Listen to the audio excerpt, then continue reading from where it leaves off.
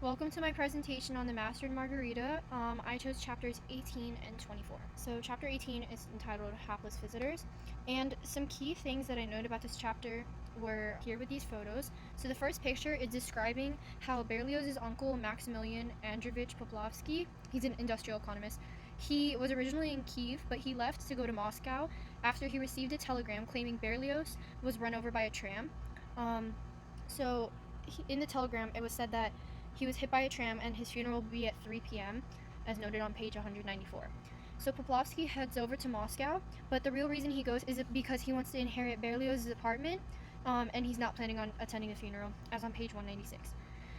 The reason why I have the number 50 is because that's on Sadovaya Street, and apartment number 50 is where Berlioz used to live.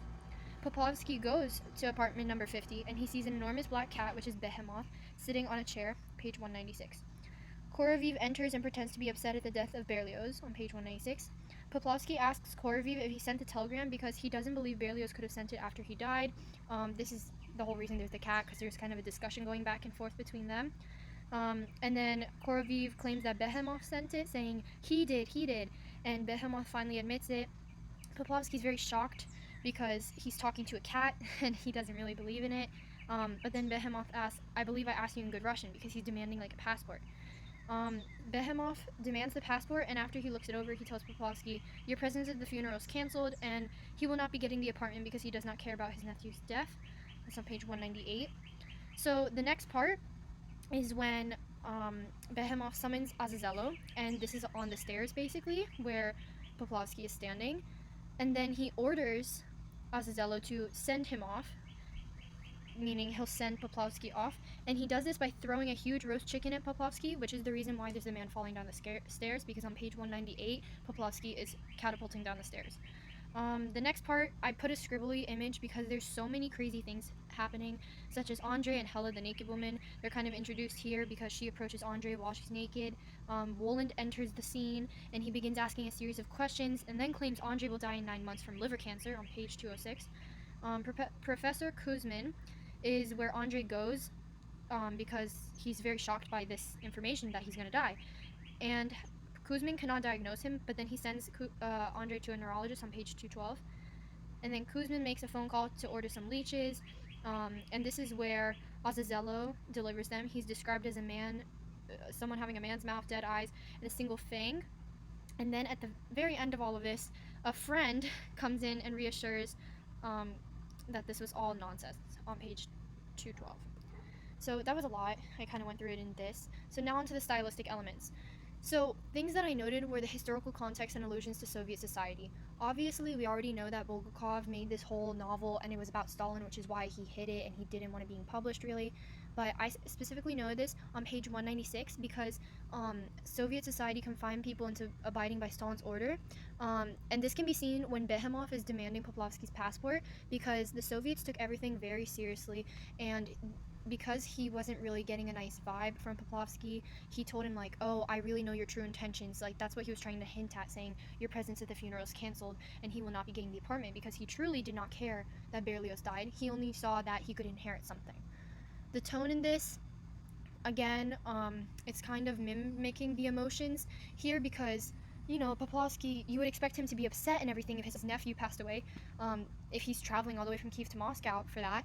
But in reality, it's the selfishness, and that can be seen because once Korovi finds out that Poplovsky is Berlioz's uncle, he literally starts breaking down in tears, crying on page 196, trying to see like, oh, it's almost like mockery, saying you should be feeling upset, but you're not, because you're just being selfish. The next thing I noted was imagery. This is when Behemoth picked up the glasses, and this is when he was doing the whole passport scene. It was very clear, and you could see what was happening, kind of ridiculing that a cat is taking this so seriously, but at the same time, the cat is, he's following that Soviet protocol of you have to fall in line, and if you don't fall in line, you're not getting anything your way. Then the next part that was also like that was the whole front hall filled with the smell of ether, valerian, and some other nauseating vileness. I feel like this was very well described by Bulgakov, because you can completely kind of picture someone walking into a hall and it just smells bad. Like, you see the change in their facial expressions, the nauseating illness. You understand when something smells like that really bad, and almost like I picture chlorine when I think of this, and I think of getting like a headache. Another thing I noted was the narration and the structure. I found it very interesting how Bulgakov called the audience to attention because he said, "Follow me, reader," on page 212, and he kind of shifts the storyline's focus because there was so much happening with Poplovsky walking in, going to the apartment, and then there was the whole scene with Hella and Andre and Woland, and reassuring, oh, everything's okay. Like, all of that was nonsense. All the objects you saw coming to life, the gramophone, things moving. There was so much happening, and then the author just kind of was like, okay, follow me. Like, we're gonna keep going. Another thing I noted was the language. It's very authentic, like I was saying before, how Bulgakov is giving you a full sense of what is happening and how things were run. People didn't take things as jokes or were like, oh, you don't have your passport, it's okay. No, you had to have all your documents in order. You had to come prepared, and if you weren't, you would face the consequences. So my next one was chapter 24, which is the extraction of the master. What I started off with is Margarita is in Woland's bedroom. Behemoth is pouring her pure alcohol, saying noblesse oblige, page 276. Margarita asks if Baron Meagle was shot by Azazello, and Azazello says yes, and he begins bragging about his shooting skills on page 278. And all the way through page 280, we can see that Azazello fires a gun over his shoulder blindly, like he's not looking at where he's shooting, and then Behemoth begins to shoot, hence why I have the photo of the cat with the gun. And when Behemoth shoots, he doesn't have the precise aim, so he ends up shooting the sleeping owl, which is on the mantelpiece, and he breaks the clock. The quote for this was, "The cat fired both guns, after which Hella shrieked at once. The owl fell dead from the mantelpiece, and the smashed clock stopped." So here you can already see some hectic nature. Margarita is reunited with the master, hence why there's this photo of Margarita and a male. This is kind of from, I think it's from the movie, actually, that the movie that was based off of the book. She implores the master to drink, so that way his hallucinations can be gone and his health is restored on page 285. Woland talks with the master who says he's from the House of Sorrows and he's mentally ill on page 286. Then there's the famous quote, "Manuscripts don't burn," on page 287. I felt like this was a very powerful moment because it's talking about how no matter how hard, like, it's tried, the master's work will not burn. He wrote the manuscripts and they have the copy. There's no really getting rid of it. And I'll connect this into Soviet stuff in the next slide. Behemoth and Hella type an official document certifying that Nikolai spent the night at Satan's Ball on page 291. Then we are introduced with Anushka once again. She's regarded as the plague because, a scandal appeared no matter where she went, page 294. That's a metaphor being referred to as the plague. The master falls into a deep sleep on the sofa as Margarita weepingly begins to read his novel, which is why I have the photo of the couple here on the bed. Then with the horseshoe, I have, the little horseshoe. The horseshoe is a memento as noted on page 297. This was actually something I had some questions with, understanding the importance of the horseshoe, but I know that it had value to it as there were diamonds encrusted and everything from further readings. And finally, the darkness that came from the Mediterranean Sea covered the city hated by the procurator on page 298. That was a very powerful quote, and I'll get into that in just a second.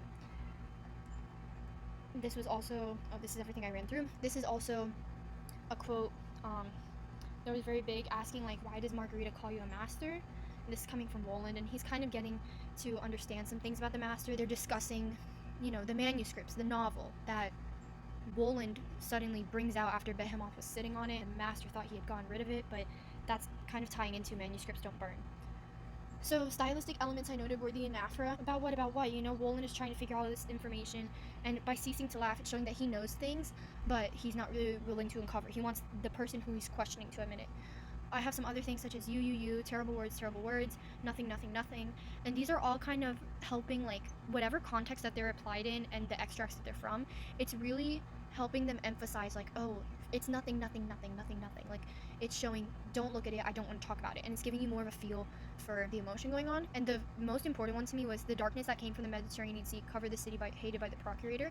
This was really interesting because this finishes off chapter 24, and chapter 25 begins with this exact same line, and I think it's really interesting because it's like it closes off the chapter and it's making your mind race, like you're wondering, the darkness, like what about the darkness, and the city hated by the procurator, like wow, there's so many powerful words in there, and I just found it really interesting how it closed the chapter. You're wondering what it means, and then you begin the next chapter with the exact same thing. Diction is trying to set up a negative tone where they're asking Margarita, like, how did this tiring ball go?